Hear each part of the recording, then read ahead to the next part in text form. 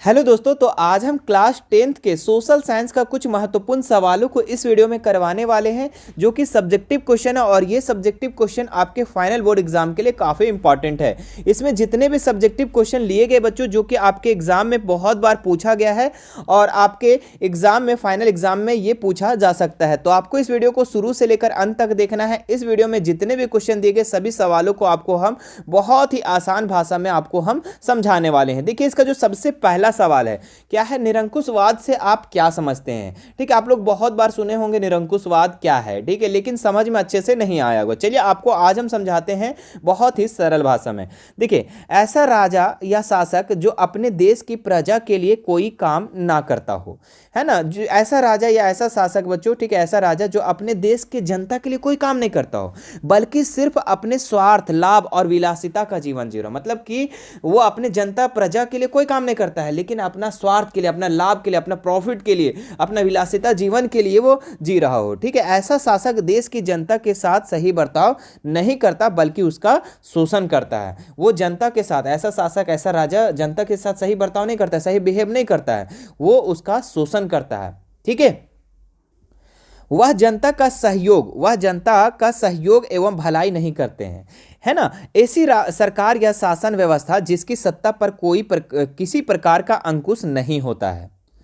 मतलब कि बच्चों, ऐसा सरकार या ऐसा शासन व्यवस्था जिस पर सत्ता पर कोई प्रकार का अंकुश नहीं होता, मतलब वो जनता के हित के लिए कोई काम नहीं करता हो। ठीक है, ऐसी ही राजशाही सरकार को निरंकुश सरकार कहा जाता है। ठीक है, तो आप इसे अच्छे से देख सकते हैं, इसे एक दो बार पढ़ेंगे तो आपको अच्छे से याद हो जाएगा। बहुत ही सरल भाषा में आपको लिखा गया है। चलिए बढ़ते हैं नेक्स्ट सवाल में। क्या है, वर्षा जल संग्रहण क्या है। ठीक है, काफी इंपॉर्टेंट क्वेश्चन है बच्चों। जल संग्रहण, संग्रहण मतलब कि पानी को संग्रहित करना, जल संग्रहण है। ठीक है, वर्षा जो बारिश होता है उसका जल संग्रहण। देखिए इसको कैसे लिखेंगे, वर्षा जल संग्रहण भूमिगत जल की क्षमता को बढ़ाने की तकनीक है। ये एक ऐसा टेक्नोलॉजी है बच्चों जो भूमिगत जल की क्षमता को, भूमिगत जल की कैपेसिटी को बढ़ाता है।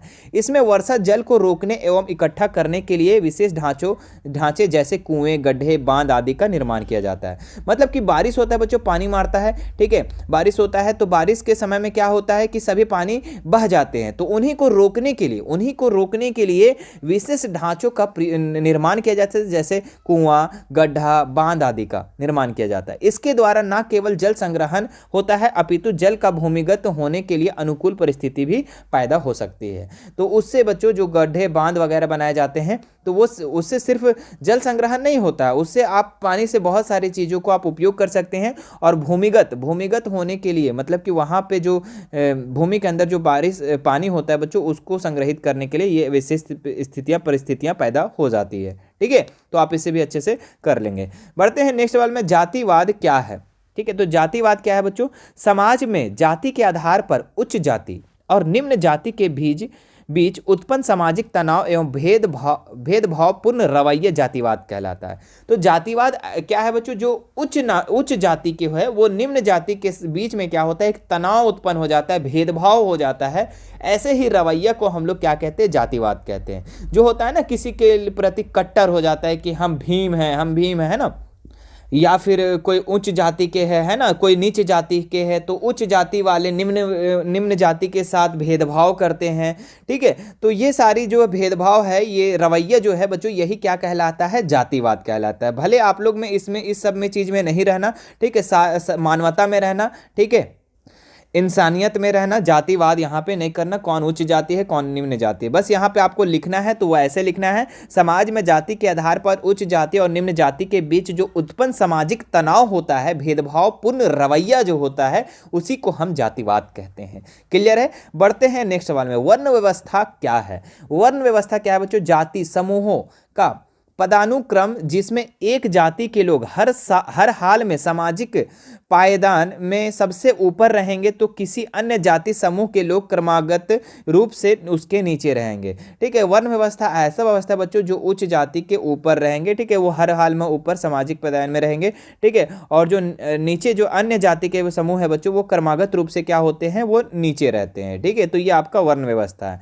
आगे बढ़ते हैं नेक्स्ट सवाल, जो कि काफी इंपॉर्टेंट है, हम औसत का प्रयोग क्यों करते हैं। औसत का मतलब होता है बच्चों एवरेज। एवरेज का प्रयोग हम लोग क्यों करते हैं, देखिए समझिएगा। किसी समूह में व्यक्ति की स्थिति अलग अलग होती है, है ना, बहुत ही प्रकार का समूह है और सभी समूह में क्या होता है, व्यक्ति की स्थिति, व्यक्ति की सिचुएशन जो होती है वो अलग अलग होती है।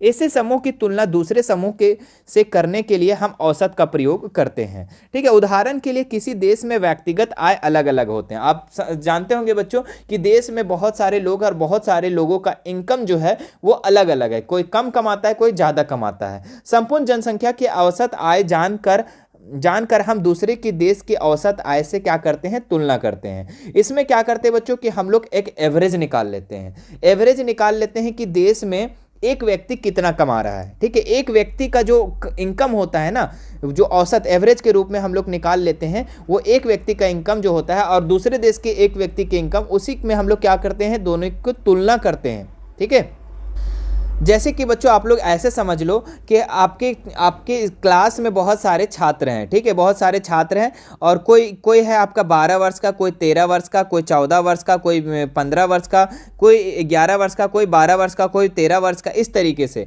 तो अगर इस तरीके से है बच्चों, ठीक है, फिर कोई 12 वर्ष का, इस तरीके से मान लो कि आपके क्लास में स्टूडेंट्स हैं। ठीक है, तो हम लोग एक एवरेज बोल देंगे कि हाँ यहाँ पे 12-13 साल के बच्चे हैं। ठीक है, तो उसको हम दूसरे क्लास से तुलना कर सकते हैं कि नहीं, 10 क्लास वाला में 15-16 साल के लोग हैं और 9 क्लास में 12-13 साल के हैं। तो इस तरीके से आप तुलना कर सकते हैं कि एवरेज निकाल करके। ठीक है, यही आपका औसत होता है, एवरेज होता है। ठीक है, हम एवरेज कैसे निकालते हैं बच्चों, अगर हम लोग बात करें कि देश की एवरेज कैसे निकालते हैं, इनकम का एवरेज कैसे निकालते हैं, तो हम लोग क्या करते हैं, कुल जनसंख्या में हम लोग क्या करते हैं, सॉरी यहाँ पे कुल आय में हम क्या करते हैं, कुल जनसंख्या को डिवाइड कर देते हैं, तो इससे हमारा औसत आय निकलता है। ठीक है, प्रति व्यक्ति आय।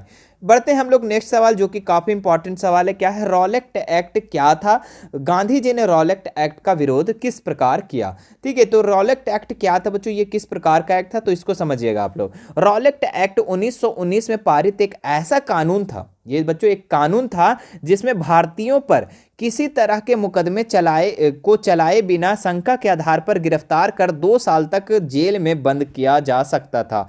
तो ये अंग्रेज द्वारा लाए गए रॉलेट एक ऐसा कानून था बच्चों, जो भारतीय लोग जितने भी थे, ठीक है, उस पे बिना मुकदमा चलाए, खाली बस शंका हो जाए कि हाँ वो व्यक्ति गलत काम किया है या कुछ भी किया है, शंका सिर्फ हो जाए तो उसको उठा करके जेल में बंद कर दिया जाता था। तो ये कानून जो था बच्चों, भारतीय लोग को तो बहुत ही खतरनाक था कि नहीं था। ठीक है, यहाँ पे बच्चों नहीं चलता था, ना दलील चलता था।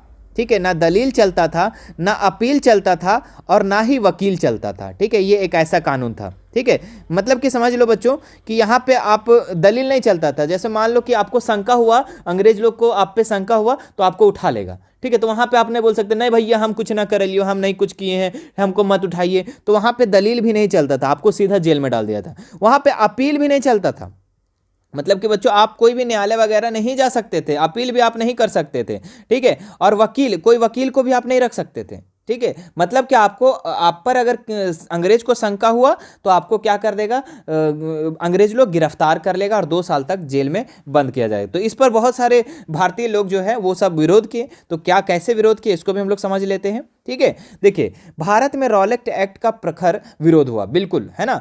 गांधी जी ने इस अन्यायपूर्ण कानून के खिलाफ अहिंसक ढंग से नागरिक अवज्ञा करने की घोषणा की। ठीक है, इसमें क्या हुआ बच्चों कि गांधी जी इस पर बहुत ही कानून के खिलाफ जो है अहिंसक ढंग से, मतलब हिंसक नहीं, अहिंसक मतलब लड़ाई झगड़ा करके नहीं, आंदोलन के तौर पे इस पे क्या किया, अवज्ञा आंदोलन घोषणा की। इस नागरिक अवज्ञा को 6 अप्रैल 1919 को से एक हड़ताल के साथ प्रारंभ होना निश्चित किया। तो 6 अप्रैल से स्टार्ट हो गया था ये जो हड़ताल था। ठीक है, इसमें क्या हुआ बच्चों कि रॉलेट एक्ट के खिलाफ विभिन्न शहरों में रैलियां और जुलूसों का आयोजन किया गया। तो रॉलेट एक्ट जो लाया था अंग्रेज लोग, ठीक है, तो उस पर आयोजन किया गया, मतलब कि ये जुलूस वगैरह का आयोजन किया गया, रैलियों निकाला गया और रेलवे कामगार पर हड़ताल कर गए, दुकानें वगैरह सारी बंद हो गई। ठीक है, और आगे देखिए क्या है, अंग्रेजों ने राष्ट्रवादी का दमन शुरू किया, अनेक नेताओं को हिरासत में ले लिया गया। गांधी जी के दिल्ली में प्रवेश पर भी क्या कर दी गई, पाबंदी लगा दी गई। अब ये सारे चीज को देख करके अंग्रेज क्या कर दिया, शुरू कर दिया। ठीक है, वो सब क्या किया, नेताओं को हिरासत में ले लिया, जो आंदोलन करते थे फटाक से उसको ले लिया जाता था। ठीक है, और गांधी जी के दिल्ली में भी जो है उसको पाबंदी लगा दिया गया। ठीक है, तो ये सारे जो थे बच्चों, ये आपका विरोध किया भारत के लोगों ने। ठीक है, तो ये आपके सारे इंपॉर्टेंट क्वेश्चन थे। ठीक है, मुझे आशा है कि आपको ये वीडियो पसंद आए तो हमारे इस वीडियो को लाइक करेंगे और ज़्यादा से ज़्यादा इस वीडियो को क्या करना है, आपको शेयर कर देना है। ठीक है, और हमारे चैनल पर अगर फर्स्ट बार आए हो तो चैनल को सब्सक्राइब कर लेना है और घंटी का बटन को दबा करके और ऑल पे क्लिक कर लेंगे ताकि हमारे पल पल के अपडेट आपको मिलते रहे। चलिए फिर मिलते हैं नेक्स्ट वीडियो में। Thank you so much.